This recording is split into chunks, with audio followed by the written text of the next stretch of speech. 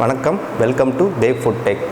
இது என்னோடய யூடியூப்பில் ஃபர்ஸ்ட் வீடியோ. அதனால் ஒரு செல்ஃப் இன்ட்ரொடக்ஷன் வீடியோவாக கொடுக்கலாம் சொல்லிவிட்டு என்னோடய ஃபர்ஸ்ட் வீடியோவில் ஆரம்பிக்கிறேன். ஓகே, இந்த யூடியூப் சேனல் நான் எதுக்கு ஆரம்பித்தேன் பார்த்தீங்கன்னா, நான் 8 வருஷமாக ஃபுட் ப்ராடக்ட் மேனுஃபேக்சரிங் பிஸ்னஸ் பண்ணிகிட்ருக்கேன். அமேசான் இ-காமர்ஸில் சேல்ஸ் பண்ணிகிட்ருக்கேன், ப்ராடக்ட்டை எக்ஸ்போர்ட் பண்ணிகிட்ருக்கேன். ஓகே, இப்போ அதில் நான் என்ன சொல்ல வரேன்னு சொல்லிட்டு பார்த்தீங்கன்னா, இப்போ நான் என்ன உங்கள்கிட்ட சொல்கிறது, ஃபுட் ப்ராடக்ட் மேனுஃபேக்சரிங்னு வரும்போது நிறைய ப்ராசஸ் இருக்குது. ஆனால் ஒரு கஸ்டமரோட புரிதல், ஒரு ஃபுட் ப்ராடக்ட் மேனுஃபேக்சரர் எப்படி மேனுஃபேக்சர் பண்ணுறாங்க, ஒரு கஸ்டமர் ஃபுட் ப்ராடக்ட் எப்படி எதிர்பார்க்குறாங்க, ரெண்டுமே பார்த்திங்கன்னா ஆப்போசிட் டைரெக்ஷனில் இருக்குது. ஓகே, இது கஸ்டமருக்கும் சொல்ல வேண்டியது என்ன இருக்குது, ஒரு ஃபுட் ப்ராடக்ட் ஒருத்தர் மேனுஃபேக்சரிங் பண்ண வராங்கன்னா அவங்களுக்கும் என்ன தெரிஞ்சிக்க வேண்டியது என்ன இருக்குது, அது சொல்லி தான் அதை பற்றி சில வீடியோஸ் தான் அடுத்தடுத்து நீங்கள் பார்க்க போகிறீங்க. இப்போ பேசிக்காக ஒரு ஃபுட் ப்ராடக்ட் மேனுஃபேக்சர்னால் என்ன சொல்லிடுறேன். என்ன இன்றைக்கி ரொம்ப ஜாம் ஆகுது. ஒரு ஃபுட் ப்ராடக்ட் மேனுஃபேக்சரிங் அவரோட வேலை என்ன பார்த்திங்கன்னா, ஒரு கஸ்டமரோட ஒரு எசென்ஷியல் நீடை சாட்டிஸ்ஃபை பண்ணுறது தான். இப்போ எல்லார் வீட்லேயும் பார்த்திங்கன்னா எல்லா ப்ராடக்ட்டும் வீட்டிலே செஞ்சுக்க முடியாது. அந்த காலத்தில் எல்லா ப்ராடக்ட்டும் நம்ம ஓனாக வீட்டிலே மேனுஃபேக்சர் பண்ணிக்கிட்டோம், தேவையானது எல்லாமே வீட்டிலே செஞ்சுக்கிட்டோம். ஆனால் இப்போ நம்ம வேலை அதிகமானதுனால எல்லா ப்ராடக்ட்டும் வீட்லேயும் நம்ம செஞ்சுக்க முடியாது. அது தெரிஞ்சுக்கிட்ட ஃபுட் ப்ராடக்ட் மேனுஃபேக்சரர் தான் கஸ்டமரோட வேலையை சுலபமாக ஆக்கிறதுக்காக எல்லா ப்ராடக்ட்டையும் இன்ஸ்டண்ட்டாக மேனுஃபேக்சர் பண்ணி கஸ்டமருக்கு கொடுக்குறாங்க. இன்னும் அது ஓகே தாங்க. ஆனால் இன்னும் ஒரு 5-6 வருஷத்தில், இப்போதைக்கு ஃபுட் ப்ராடக்ட் ஆக்குபென்சி பார்த்திங்கன்னா 60% இருக்குது. இன்னும் 10 வருஷத்தில், ஒரு 6-7-10 வருஷத்தில் 70 to 80% எல்லார் வீட்லையும் இன்ஸ்டன்ட் ஃபுட் தாங்க இருக்க போகுது. அது தெரிஞ்சுட்டு பெரிய கம்பெனிஸ் எல்லாருமே இப்போ ஃபுட் ப்ராடக்ட்டில் இன்வெஸ்ட்மெண்ட் பண்ணுறாங்க.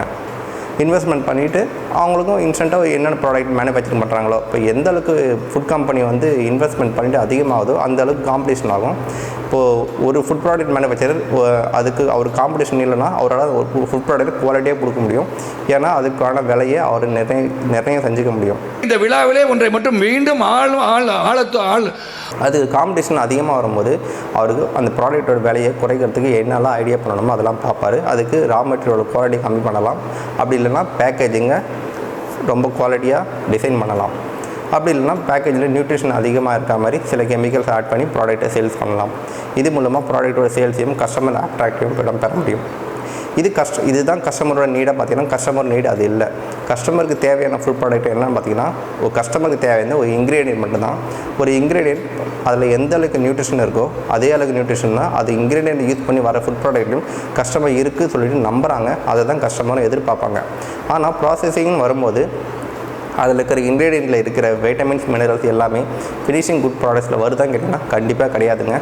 அதில் எல்லாமே ப்ராசஸிங்னு வரும்போது கண்டிப்பாக மாறும். இதை தெரிஞ்சிட ஃபுட் ப்ராடக்ட் மேனுஃபேக்சர் இது எல்லாருக்குமே தெரியும், மேனுஃபேக்சரிங் பண்ணுறதுக்கு எல்லாருக்குமே தெரியும், சில பேருக்கு தெரியாது. ஆனால் அவங்க வந்து இந்த நியூட்ரிஷன் ஃபேக்டில் இன்க்ரீடியண்ட்டில் இருக்கிற நியூட்ரிஷன் வேல்யூ கண்டிப்பாக போட்டு தாங்க ஆகணும். அப்படி ப்ராசஸிங் வரும்போது நியூட்ரிஷன் கம்மியாகும், எல்லா வைட்டமின்ஸும் கம்மியாகும். அது எப்படி காம்போசிட் பண்ணுவாங்க பார்த்திங்கன்னா, ஆர்டிஃபிஷியலாக சில விட்டமின்ஸ், நியூட்ரிஷன், மினரல்ஸ் எல்லாமே ஆர்டிஃபிஷியலாக ஆட் பண்ணுறது மூலமாக எடுத்துகிட்டு வர முடியும். அப்படி இல்லைன்னா அந்த ப்ராடக்ட்டோட ஷெல்ஃப் லைஃபை இன்க்ரீஸ் பண்ணி ஆகணும். ஒரு இன்ஸ்டண்ட்டாக ஒரு ஃபுட் ப்ராடக்ட் வந்து 3 மாதம் எக்ஸ்பிரி டேட்னால் கண்டிப்பாக சூப்பர் மார்க்கெட்லேயும் வந்து சப்ளை பண்ண முடியாது, சேல்ஸ் கண்டிப்பாக பண்ண முடியாதுங்க. ஒரு கஸ்டமர் ஒரு ப்ராடக்ட் எடுக்கிறாங்கன்னா இப்போ இருக்கிற கஸ்டமர்லாம் மினிமம் ஒரு 3 மாதம்னா வேலிடிட்டி இருக்கணும். மேனுஃபேக்சரிங் பண்ணி ஒரு அட்லீஸ்ட் 1 மாதத்துக்குள்ளே மேனுஃபேக்சரிங் பண்ண ப்ராடக்ட் தான் எடுப்பாங்க. எக்ஸ்பிரியிலேருந்து ஒரு 3 மாதம் கம்மியாக இருக்க ப்ராடக்ட் யாருமே எடுக்க மாட்டாங்க.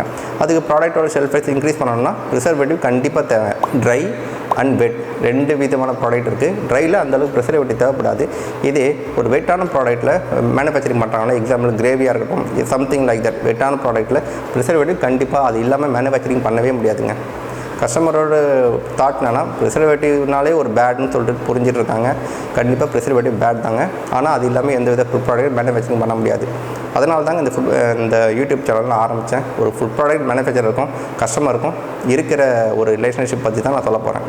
கஸ்டமர் எந்த அளவுக்கு ஃபுட் ப்ராடக்ட் எதிர்பார்க்குறாங்க, அது ஃபுட் ப்ராடக்ட் மேனுஃபேக்சரர் எந்த அளவுக்கு ஃபுட் ப்ராடக்ட் கஸ்டமர்கிட்ட கொடுக்குறாங்க, அதை பற்றி அடுத்த வீடியோவில் சொல்ல போகிறேன்.